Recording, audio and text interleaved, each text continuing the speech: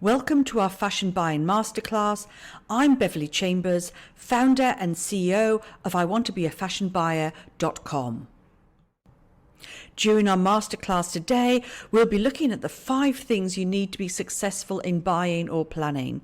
These are flexibility and multitasking, financial acumen and all things numbers, customer and market knowledge, team player and being a strong negotiator, and product knowledge and trends. Joining us today is Kate Summers, buying manager at Camilla. Camilla, for those of you who don't know, is a high-end designer label selling vibrant, luxurious resort and occasion wear.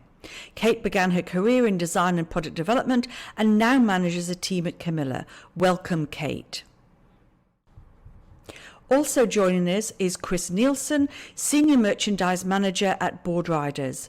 Boardriders is a publicly listed global company with a number of well-known brands in its stable, including Quicksilver, Billabong, Roxy and Element.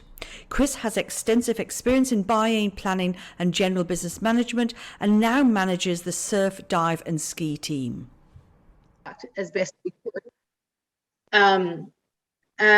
The owner of our company is very much in the public eye, so we leveraged her, her celebrity to make sure that everybody was aware of what was happening within the business.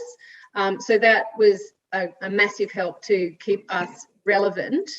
And our business now is predominantly an online business, which is fantastic for a high-end brand. That is quite incredible, isn't it, to pivot that quickly? Yeah, it was everybody's focus to make sure that that was what happened. We have a massive marketing team. We have great online support, customer service, buying team. We had to rethink the way we bought. We had to reduce quantities. We had to move stock around. Our stock is all handmade, so it takes a long time to make it. So just trying to, leverage with the suppliers on what we could take, what we couldn't take, when we would take it. So there was a lot of rework and then rework and rework again. So our planners were extremely busy trying to work out where the money was going to come from, and working from home. So we had to do it all from home as well, which is very difficult when you're a product-led business and you have to touch the product. So yeah, it's been interesting. We're in lockdown again, so we're going through those processes again. And luckily we learned from last year and we are a little bit more streamlined this time around. So Chris, how have you found things? What's been happening with Boardriders?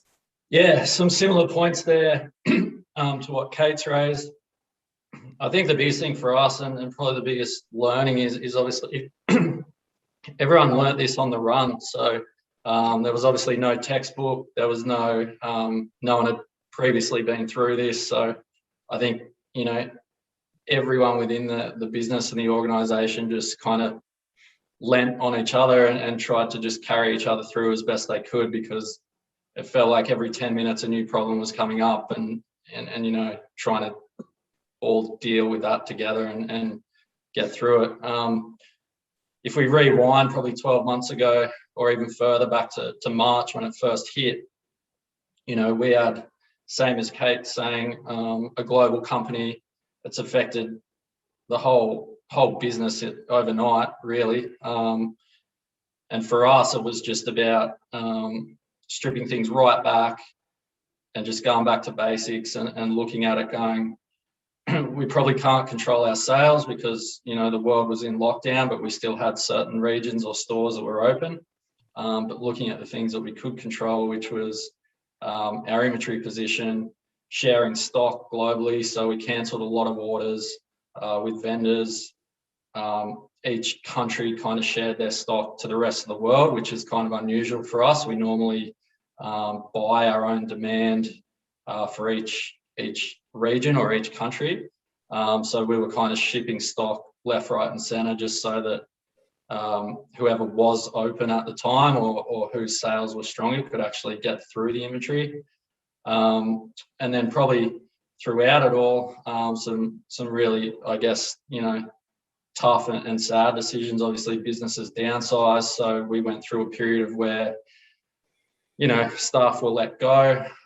We had different furloughs or stand down periods, which was obviously tough. So everything kind of becomes scaled back, but it felt like you were doing 10 times the amount of work that you'd normally do for your role. So it was a really tough period. And as Kate mentioned, working from home, you're dealing with other elements that are at home, whether it be your kids or whatnot as well. So there's just a lot of adjusting and a lot of things that, just made life pretty tricky to deal with. But the silver lining for Australia was, when we opened back up, obviously throughout that period, e-com or online boomed, but for our market, and it was probably the same with Kate, but when we opened back up, things were really strong. The market was really buoyant. Everyone was kind of trapped within the country. They couldn't travel. They weren't really spending on other things that they otherwise would because they couldn't go out or whatnot. So for us, retail really kicked, and we had a really strong, back half of that year, and good for this year as well. We've been able to scale back up as far as store base, staff, get orders back in the system, new stock flowing.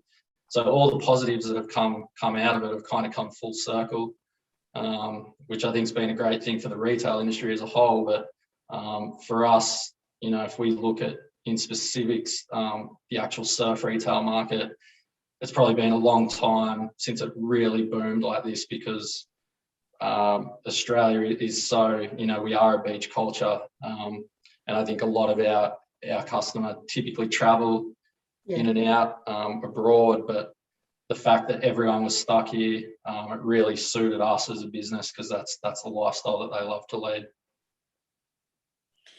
And so, coming back, full circle, we've had more than a year of the pandemic. How do you guys then start to plan for Christmas? Yeah, that's tricky, because right now the thing that we've had to do is try and draw a bit of a middle ground between how well last year performed over Christmas, and probably balance that out with the year prior of a more normalised Christmas or summer trading period, and just draw a line through the middle somewhere. The fear is always that you're going to overbuy or overpurchase, and the sales won't come, and therefore you're kind of stuck with what inventory position you're in. But for us right now, it's looking like we'll be, as long as the country opens back up and stores are open, it looks like we'll be in a pretty similar position to last year, just perhaps without that added layer of JobKeeper and things like that helped fund a lot of the consumer. But I think in saying all of that, the biggest or the trickiest hurdle right now is actually getting our stock here. We're still seeing delays out of vendors across the world for various reasons, all COVID related, but each country's got a different kind of lead time at the moment. And then the other issue is obviously stock on the boats. There's limited positions or limited containers that are actually available to put stock on it and get it here. So, air freight was the option, but obviously cost a hell of a lot more and eats into your margins. And it's just balancing that out and weighing it up. But yeah, we've got strategies in place to really attack summer and get after it. We've just got to hope that the things that are outside of our control can somewhat come back into our control. Okay. All right, let's move on now to talk about one of the things I think that people, when they think about fashion buying, don't really think that is a key skill. And that is financial acumen and KPIs. So Kate, can I just start with you? How important is it to be able to deal with numbers when in buying? Really important. It's probably 80% of your work, because you are actually, you've got to, first thing, you've got to get your prices right, you've got to get your units right, you've got to make sure that you're getting your margins. you're working very closely with a planner, so they do a lot of the work for you. But if you don't understand what they're talking about, it's makes it quite complicated to understand the basics of the role. So yeah, the finance is really important. As from coming from a design background, I found it a bit of a shift coming from sort of selling and designing to I'm now a buying manager. So my role now at Camilla is very much financially focused, whereas in all my other careers, past careers, it hasn't been as big a focus. So it's really, really important. And I think if you go into just a buying role, like a specific buying role, as opposed to product development or anything else, it is extremely important to understand. It's kind of accounting. You know, you need to have a sort of an accounting background or be good with maths, basically. Yeah. What are your thoughts, Chris? Yeah, 100% agree with Kate. You know, it's often, I guess, thought of or spoken that buying is such a glamorous role, and you know, that we've got it quite easy, whether it be watching catwalks or looking at catalogs or flicking through product all day, but it couldn't be any further from the truth, to be honest. True. And you know, I look at that as a good thing. I love the science behind it, and I think, you know, being a good buyer, a good merch manager is about joining the science with the flair, because you've got to have both. You know, you can't really make the store look great unless you've, you know, to Kate's point, you've bought the right amount of units per style, or you've got the right option count in store, or you know, there's all of those things mixed with the storytelling. But, you know, probably getting back more on topic, if you're looking, you know, for our KPIs and, you know, sales and margin and sell through and you know, our stock position, all of those things are scrutinized, you know, daily, really. It's just that rolling position that we live in, and spreadsheets are our life. So it's super important that you are familiar with math, and you know, to Kate's point again, probably a version of accounting, because you know, some businesses do have the luxury of having planners, others won't. But as long as you can be a split amongst the two, it'll go a long way to being a good buyer. Yeah, agreed. And what can you just explain to us about the rhythm of the week? I know that we've had all this disruption, and I know that you may start thinking today's going to be about X and it doesn't end up being that. But can you just talk a little bit about the rhythm of a typical week? For me, Monday is trade day. So Monday is when you get the results of the week prior. So you go through every single line that you have in the store and see how well it's selling. You see the percentage of sales, the units of sales, the dollars it's brought in, how much stock forward cover you have. And you go through that and decide if it's a good seller, do we need to replenish the stock or repeat the order? Is it an average seller, so we just watch it, see what happens? Is it a dog? And if it is a dog, we watch it and make sure that we don't reorder that style in future ranges, or we analyze why it hasn't worked. So that's trade day. We present best and worst sellers to our designers and the rest of the business. So basically the day is spent going through what sold, what hasn't sold. So internationally, nationally, online, in retail, and we get wholesale feedback from our wholesale customers around the world, and we look at them as well. And it's quite different for Northern Hemisphere to Southern Hemisphere. So trying to work, because they're in different seasons and obviously different emotional attachments to things. So working out those best sellers and worst sellers so that future ranges reflect those sell through. So that's what we do on a Monday. On a Tuesday, team meetings, making sure that we're all up to speed, know what we're doing. We work on 5 ranges at a time, which is basically 18 months worth of stock or styles, and they're all at varying stages. We do proto samples, salesman samples, and then go into production once our wholesalers have finished selling.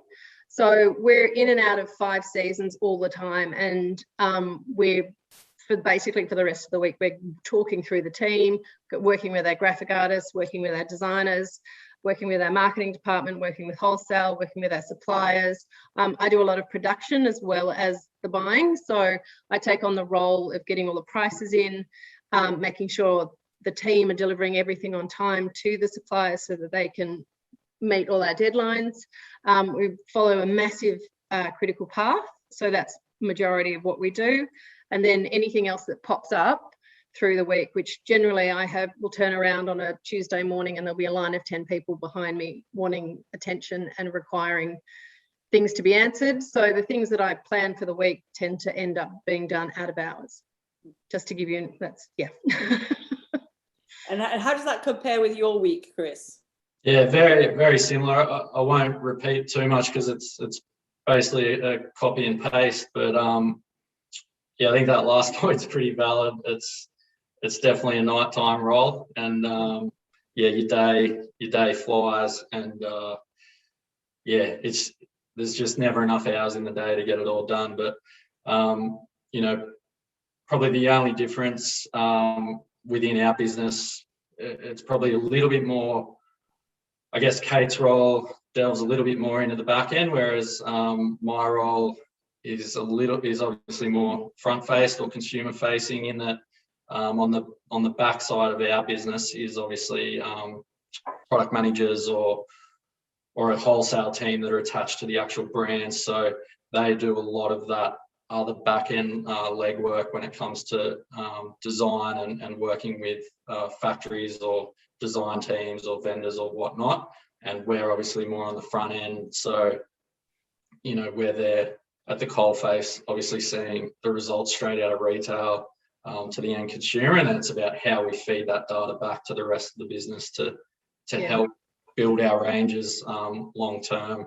To Kate's point, kind of, you know, 4 or 5 seasons on the go at once, and trying to juggle all that from, you know, initial drawing or sketch phase right through to protos and sampling and adopting your overall line, and trying to align on ranges globally. That's probably one of our biggest hurdles, because we are, being a global business, obviously, you know, to hit MOQs and to get better margins and all those sorts of things, it's about, you know, reducing your costs and increasing your economies of scale or your output. And you know, that's probably one of the biggest difficulties, because every part of the world's in a different season, and we're trying to align on ranges. So a lot of your week does get spent on that product side of it. But yeah, God, your Monday, Tuesday, Wednesday,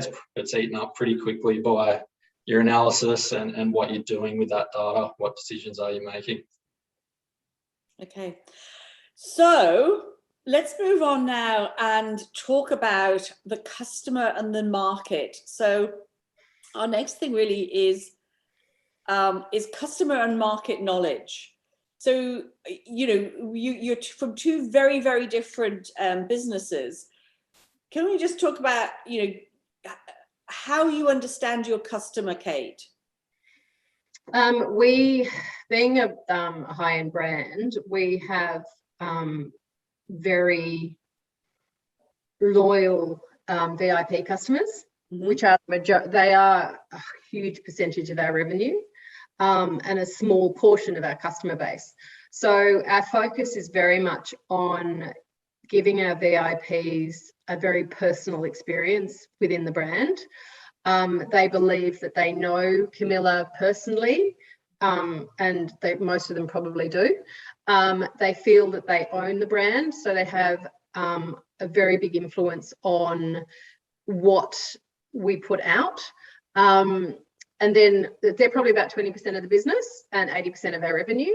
And then the 80% of the other customer base are through one-off sales or sort of slow repeats coming back. It's a very expensive brand to buy into. So buying into it, you don't buy into it like every month or every week. Some customers do, but that's the 20%.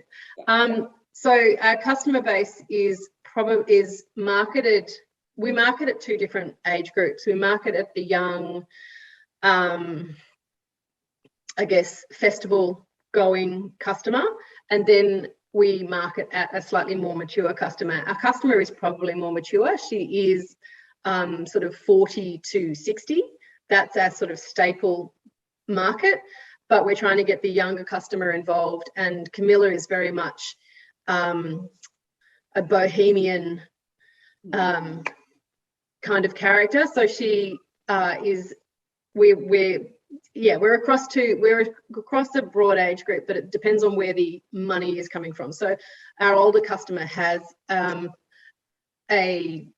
what's the word? High disposable income. Thank you. Yeah, high disposable income. So they buy into our product on a weekly basis. I mean, they'll be buying caftans or dresses every week. Every time we get a new print in, they're buying into it. Our younger customer will buy into it for a formal, they'll buy into it for a wedding, they'll buy into it for some special event. So that and how we talk to our customers is very much how we speak through media. So Instagram, Facebook, we have a Facebook site. We also have a very core customer base that have Facebook conversations with other customers, and so we watch that very closely to see what communication they're talking about. We get a lot of our sort of feedback through those groups. If it's, on quality, on what they like, what they don't like, they're very vocal about what they don't like. They're very vocal about what they do like.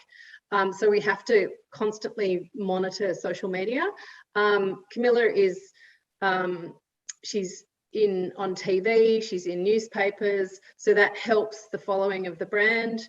Instagram I think they upload Instagram site photographs every day, and they vary the looks between our activewear, our loungewear, our silks, our swim, our men's, our kids. So it's a constant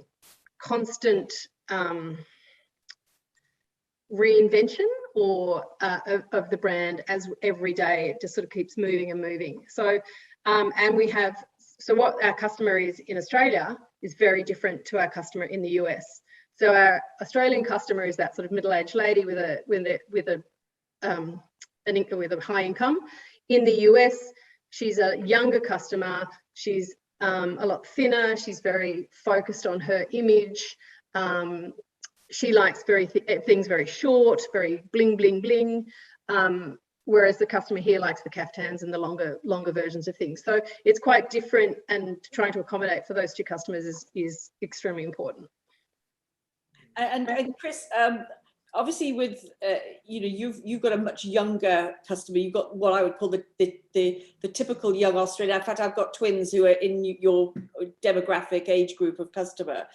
So what do you do to understand the market? How do you to understand where your position is in the market, and what else is out there and what your competitors are doing? Yeah, so yeah, that's a good point. For us, it is a younger market. We're probably in that 16 to 25 age bracket that we're specifically trying to target. That's not to say that the rest of the age brackets don't shop with us, because we'd be naive to think that, and obviously we know that they do. It's just that brand positioning really comes from targeting or aiming at the youth, because that's what's driving your brand essentially to make it desired somewhat, and that lifestyle that people are chasing. So I think for us, a lot of it is always derived by the data. Getting back to that previous slide, everything that we're learning on out of all the reporting that we look at and all the analytics, that's essentially starting to join the dots of everything that's going to happen over the next coming seasons and the corresponding seasons the following year. So from that, we put together, we call them go-to-market strategies or go-to-market guides, because we're forever working in that advanced, future world, 12-month world, where we're looking at what are we going to do for that month, the corresponding year, or that season, the corresponding year, and did it work or did it not work? Where do we need to improve? All of those sorts of things. And it's hard because our business is kind of split into wholesale and retail, or wholesale and brand, and then retail on the other side. It's a lot of that, I guess, positioning within the market, or strategy and research and all of that comes from the brand side of it, which then gets fed down to us within a retail channel. And for us, it's about joining the two. So the storytelling or the overall brand positioning from the brand itself globally, and then how do we mix that, to what we said before, with the science of retail, so that we're telling that story, but also driving the business result as far as sales go. So it's a little mix of both for us. And what do you do to look at the competition? How are you monitoring them? A lot of that, we can kind of track that online via websites, a lot of store visits. We have friends or contacts or whatnot within other businesses within the industry. I think it's just when you're out and about, you can kind of start to see it and join the dots for yourself as to what activity is going on, whether someone's got a promotion or they're on sale, or simple things. Was their store presented well? Was it overstocked? What was their go-to-market strategy? What did they have in the front of their windows or their store? And you can really start to get a gauge and a feel for what your competitors are doing. I think the luxury that we've got within our segment of surf and that youth kind of lifestyle, we're lucky that under the Board Riders umbrella that we own a lot of that market, or a lot of those stores that play in that area. So for us, it's just important that what we do as a business is best in class, essentially, because without that, our market's kind of nowhere. All right, should we move on now to our next topic? And that is about being a team player and a strong negotiator. And really what I want to talk about here is some of the different roles that are in the what I call the merchandise management area. So I don't know, Kate, if you want to just give us an example of the kind of roles that are within that buying and planning area within Camilla. Okay, we have probably five planners and 3 buyers within the business. And so we have a planner for online, a planner for retail, and allocators. So yes, we work very much as a team. I have my own planner, and the other 2 buyers have their own planner as well. So we work very closely with our planner, and then we all pull together as a team. And like, particularly now we're in lockdown, it's very important for all of us to be on the same page, because we are actually having to reduce our stocks because we don't have any retail stores open. So all of the product that we were going to go into retail over the next 8 weeks now needs to be either reduced, or future orders need to be reduced. So the negotiation through the team, through the executive tribe, and then down to us needs to be done, and very quickly things need to be changed. And then obviously the negotiation skills with your suppliers are the next thing that need to happen. So the planning and buying team basically run the dollars of the business. And then we've also got the wholesale team that bring in the other half of the business that we have. So we all have to work very closely together and make sure that we're all on the same page, and that the information that we're giving to each other is correct. Because if as soon as you get it wrong, it filters down throughout the whole business onto the retail floor. So yeah, being a team player and being and working well with others is really important. Okay. And Chris, what are your thoughts? Because obviously, the Board Riders is a huge company. I mean, it's global. You've got a sourcing office in America. You've got a sourcing office in France. You've got an office in Hong Kong. You've got your office in Australia. How do you work with everybody? Yeah, so I guess in relation to that point, we work with Europe and the US more on a design and development point of view.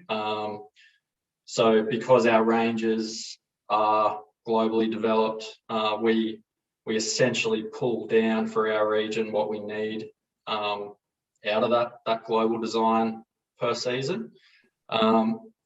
Anything then that is either missed or needs that are seasonally relevant for our region or demographic as well are then kind of fulfilled out of our Australian design team. From there, it's kind of then, I guess, transfers over to our side to buy that. But throughout all of those phases, we're working hand in hand throughout the chain with those teams to develop from sketch right through to line adoptions, and then into final lines that we buy from. And obviously, again, back to the data, that anything that becomes a non-negotiable out of our sales data that has been missed and not designed instantly go back into the range as well, so that each year we're comping on things that we know are super strong, they're guaranteed sales. It's just always that sharing of data to make sure that what's going into the range is what our end consumers telling us that they want. From probably a more localized, team structure and thing of that nature, similar to Kate, we have ourselves as merchandise managers, we have buyers, we have buying assistants or buying admin, allocation and planning.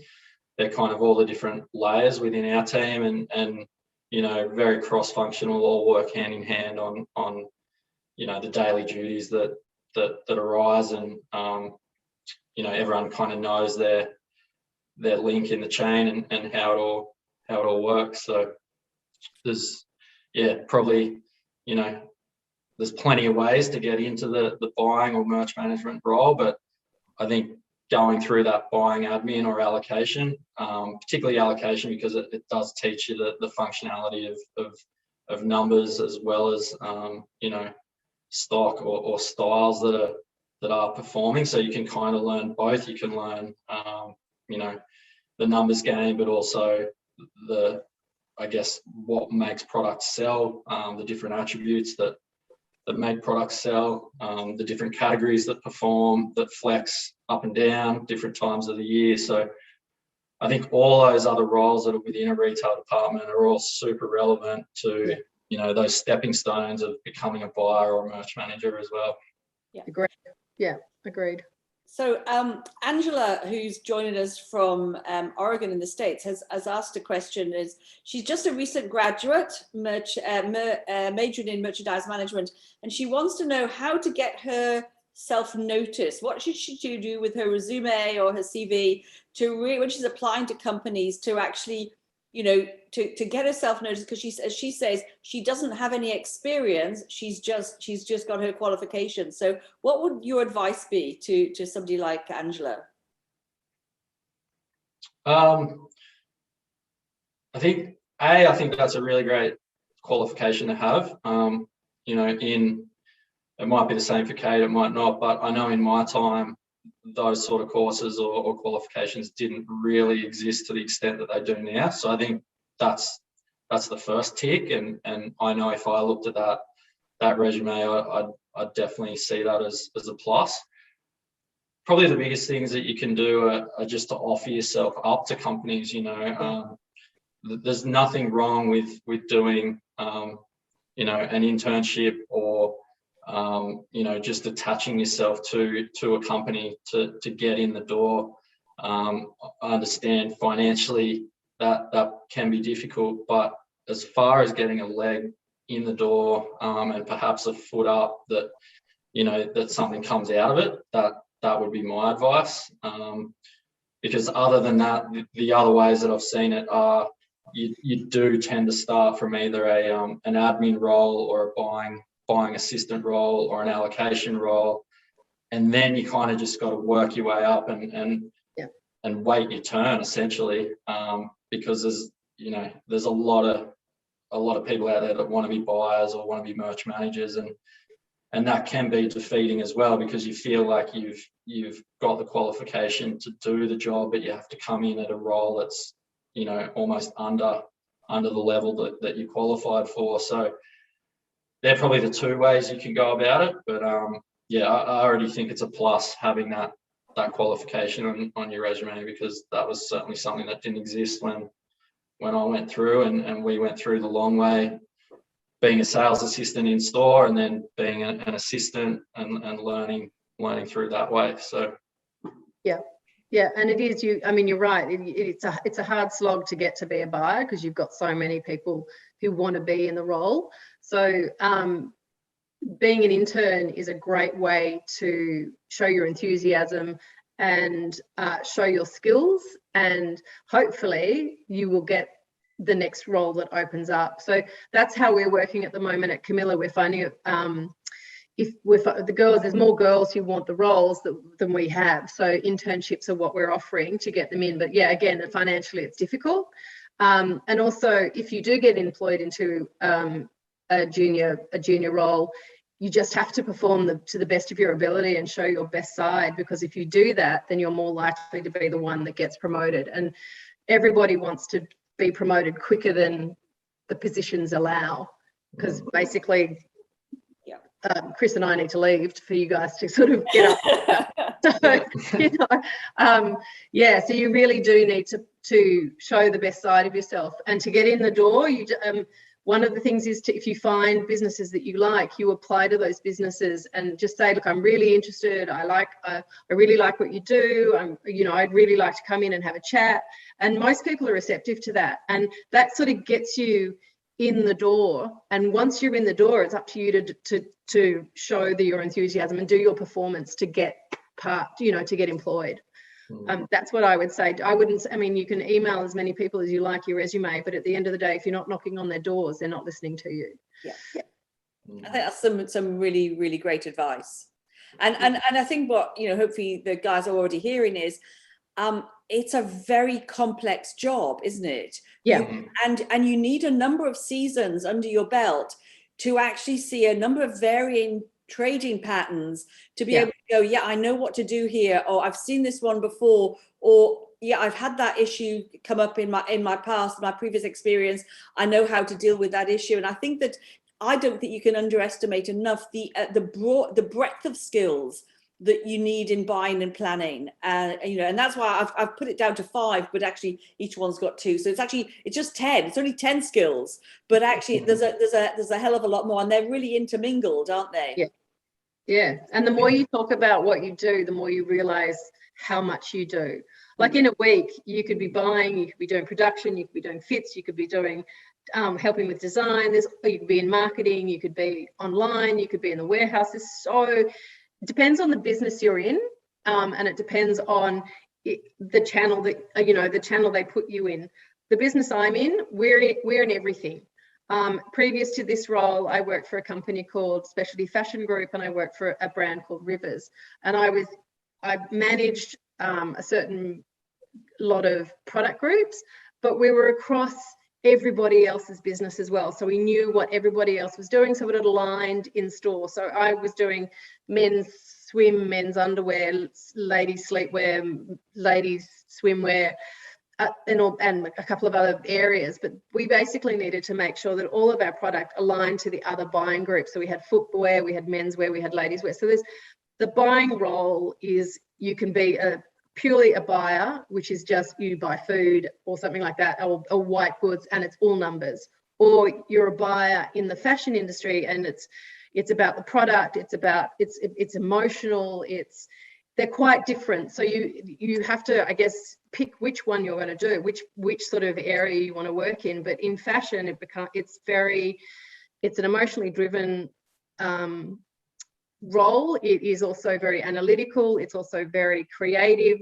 It's very team orientated, because everybody's got a stake in what actually happens when it gets to the consumer. And then you're also very committed to your consumer. If you're not committed to your consumer, you're not going to be able to make the product won't sell. If you're not in touch with who your end customer is, you're not going to succeed. So all of those things you need to consider all of these things when you're buying something.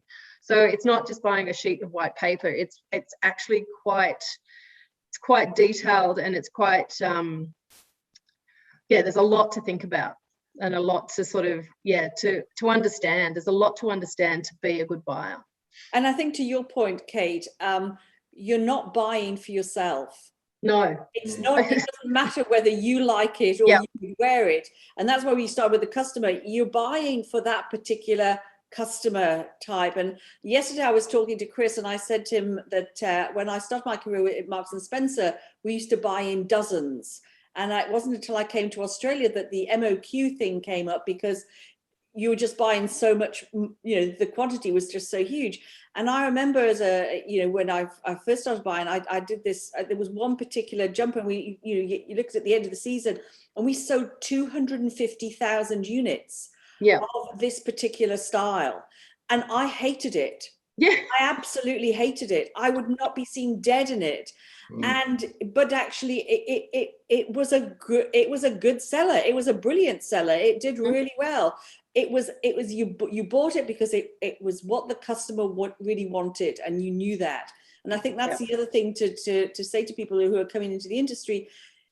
Don't think that you're going to often get a chance to work on product that you think, I'd really want this, I really want to wear it. It's often that you're focused on a customer. I mean, Chris, you're not 16 to 25, are you? Yeah, that's right. And that's a really good point, because that's the first mistake that we see. A lot of junior buyers, they get elevated from an assistant into a buying role, and it's the first mistake they make. And it's one that we look out for as buying managers, because that's coming. But it's always the emotion gets the better of them rather than the data side of it. And it's the consumer in some instances may wear what we like, but a lot of the time they don't. And it's the business won't succeed unless you're putting in front of your consumer what they truly want. And you can look through a top 20 report on a Monday, and you could probably guarantee you wouldn't wear any of it yourself. But that's what makes our business tick, and that's what makes, at the end of the day, it makes you profitable. So and understanding who your consumer is so important, and store visits, and all of that sort of making sure that you're in front of the customer and understanding what they want is so important to being a successful buyer. And I think for us, it probably leads into that next phase, and Kate would probably have a similar view as well. But if you've got it in a pyramid, and you go, all right, top of the pyramid's fashion, then it's fashion volume, then it's commercial, then it's your core. You get to the bottom of the pyramid, and you can see pretty clearly where your biggest customer base is. So and that's where your money is. Where you make the money. You don't make your money off this little cherry on the top of the cake. That's the bit we all love, but there's not much money up there.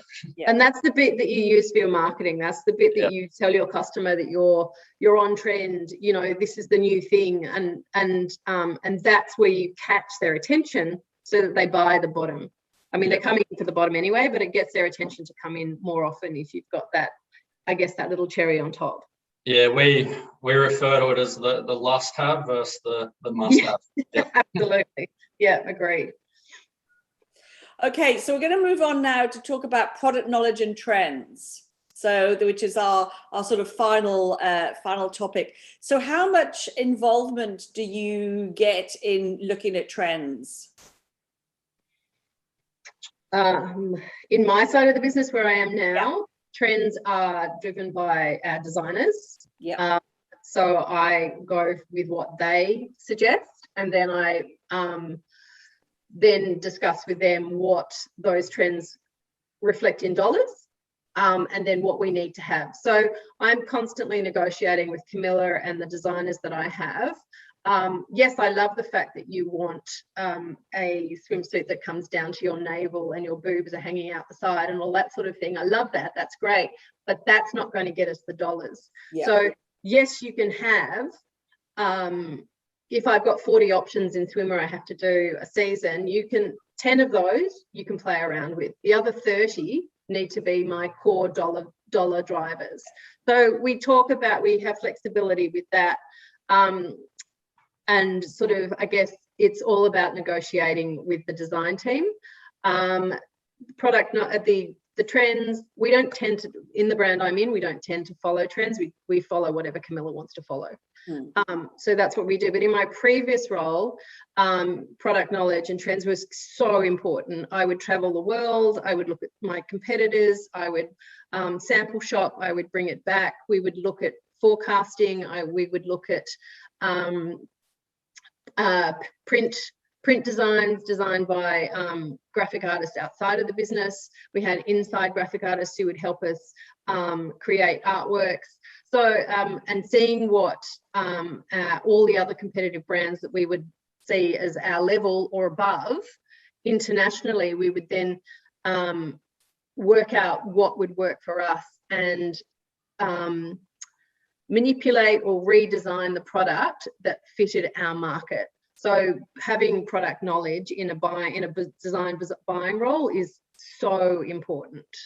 And seeing also and watching online on their websites, if you're watching their websites on a weekly basis to see what their top sellers are, so that you know you're not always, I mean, emotionally you might pick something that you like, but it's not what's selling. So you have to be across, I guess, the worldwide trends. You have to see you pick the stores that suit your market and see what they're selling, and work it back into your business. Yeah. And Chris, what about yourself? Because obviously you've got this global product development side, and then you've got developing for the Australian market. So in terms of when you're looking at, and you've got young people who are essentially very trendy, so and they like to be at the front end of fashion trends. So how do you work through trends and bring new trends into your range planning? Yeah, it was very similar to Kate's points. All that can't be underestimated. It's the same, for a lot of companies. That's how they do it. I guess for us, again, it's a copy and paste of what Kate said, but then probably further to that, and a bit boring, is that what we learn today, we can try and essentially put back into production, for the next available delivery.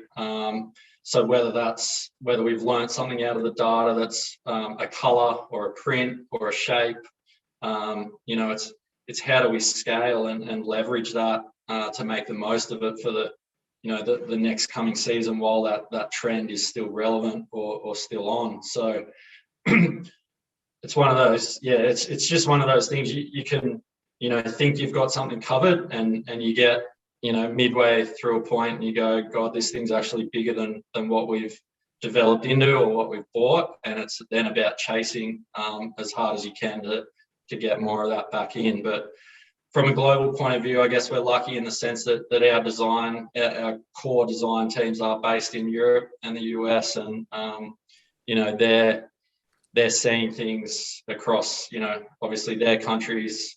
They're hearing our feedback, and I think together it all comes together to form something pretty unique that we can try and pick apart and get the best of all worlds. One thing that Kate hit the nail on the head.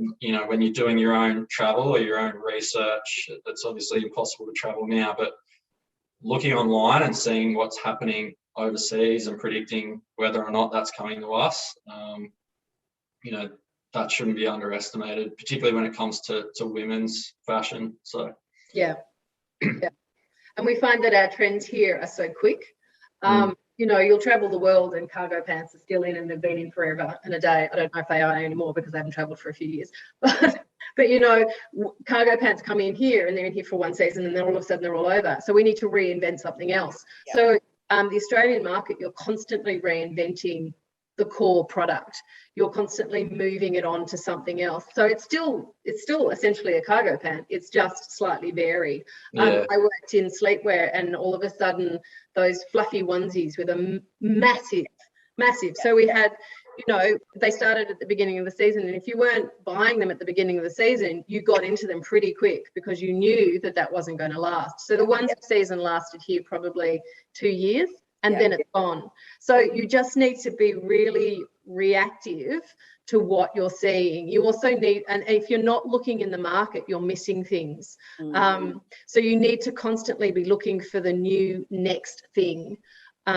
And then also making sure that you know, your core lines, when they start to wane, you need to jazz them up. You need to just, you know, they still look pretty much the same. You change the print, you change the pocket position, those sort of things. You just need to be really aware of what is happening within the business and what's happening with outside the business, so that you can constantly stay in touch with what's going on.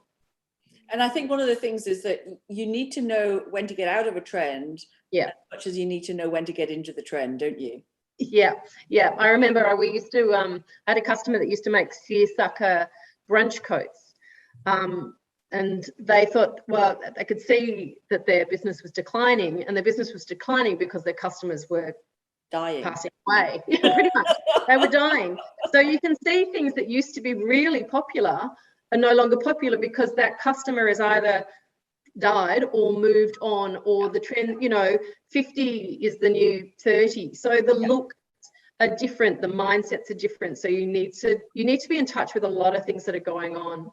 And you can generally pick up a lot of emotional sort of, I guess, attitudes from the people that you work with as well. So you can see, you live in it. Basically, if you get in this industry, you live and breathe it, and it's very, very hard to get out of it because it sucks you in, and it's so exciting and it's a lot of work, but it's forever changing and it's forever the same, which is weird. So. Okay, so what I'd like to do now is open up to questions. So if any of our listeners have any questions, you can whiz them through to me. One of the things that Namrita has said is how does she get an internship with Camilla? And she's in, I have said, where do you live? And she's in Melbourne. So Namrita, what you can do is we, both Camilla and Board Riders are partners with I Want to Be a Fashion Buyer to and what we're doing. And Chris, you can talk about, you've got one of our students at the moment, haven't you? Yeah, we do. Olivia's been with us, I'm going to say 6 weeks, but it could be a touch longer, and doing great. You know, Olivia came to us already with a wealth of knowledge and hadn't obviously been in a role before, but I think just through learning it and her desire to chase it and want to be that person in her end goal, you know, that can't be underestimated. Just that value of you know, reaching and wanting to be something. So you know, when Olivia came to us, it was almost like she was leaps and bounds ahead of where someone would be who's just starting out. So that was great. And I think, you know, I could easily see her, you know, just like any one of our team members, really just jumping into a seat and going for it. So we've spent, a good amount of time together, learning all facets of different roles within our team. She spent time with a lot of crew within our team, which has been great. So, but I think her heart's set on buying or merch management, and it's worked really well for us. I couldn't speak more highly of it. So yeah, if that's what people want to do, it's worked well. Yeah. And if I can just sort of jump in and say that, you know, the program that we've designed is really because, you know, like yourselves, I've got a number of years of or decades of working in the industry and seeing that, you know, it's very difficult for people to get their foot in the door because they don't have any experience. Yes, they've now got a qualification, but there's a difference between what you learn in theory and the day-to-day skills that you need to do the role. And, you know, this program that we've put together, the idea is that you can learn some of the stuff, but it's more of the skill stuff, the day-to-day stuff you're learning. It's not the academic stuff. And then you go in every week and you're working with the teams in, you know, with our intern partners like Camilla or Forever New or Board Riders, and you're learning, you know, that stuff. You're seeing how what you've learned this week on the course is actually, you know, translated into what people do in their day-to-day roles. So Namrita, if you're interested, just ping me a message at the end of this and I'll see if I can set you up. We've got Forever New in Melbourne if you're interested in working at Forever New. So anybody else got any questions? No? Yes? You can put your hand up apparently. You young people know how to do that. Okay, well, if we haven't got any more questions, I just want to say thank you very much to Chris and to Kate. That was really, really fantastic. And thank you for taking the time out of your, as we know, really busy schedule to come and share your thoughts and your ideas with people who are looking to get into the industry. Thank you. Appreciate it. Okay, take care. Enjoy. Good luck. If you want to launch your career in fashion buying or merchandise planning, contact us to learn how you could join our next intake. Places are strictly limited.